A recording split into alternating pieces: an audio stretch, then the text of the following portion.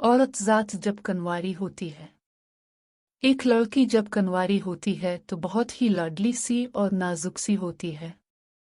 जरा से सख्त लहजे में कोई भी बात करे तो रू देती है। पसंद का खाना ना बने तो भूखा रहकर घर वाल को ब्लैकमेल करके अपनी पसंद की चीज मंगवा के खाती है। ईद हो या शादी का मौका हो, पसंद के कपड़े और जूते लेती है। घर की रौनक होती है। कुछ लड़कियां संजीदा सी होती हैं।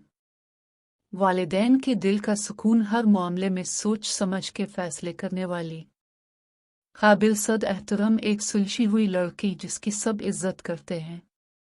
मगर किस्मत का असली खेल तो शादी के बाद शुरू होता है। शौहर। एक अच्छी लड़की अपने शौहर को अपने सर का ताज समझती है, अपना मुहाफिज समझती है।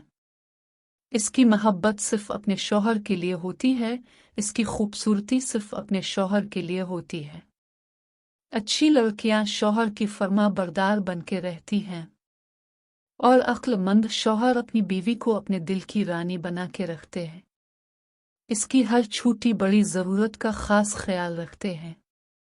अपनी बीवी की छोटी मोटी गलतियों को इग्नोर करके दुनिया वालों के सामने इसकी गलतियों पर पर्दा डालकर उसे एक कामयाब औरत के रूप में पेश करते हैं। अच्छे मियाँ बीवी एक दूसरे का सुकून बनते हैं, हमदर्द होते हैं, हमराज होते हैं।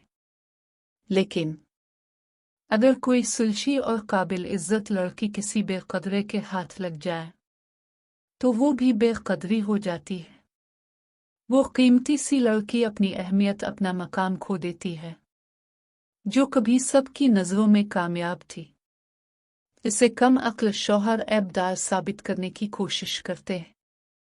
जो इंसान अपनी इज्जत तो करवा नहीं सकता, वो अपनी बीवी की क्या इज्जत करेगा और करवाएगा। वो अपनी बीवी पे ज़ियती होती देखकर भी खामोश रहेगा। जो लड़की बहादुर और जिंदगियां संवारने वाली होती है, वो भी बेज़मीर शौहर की वजह से एक खिलौना बन के रह जाती है।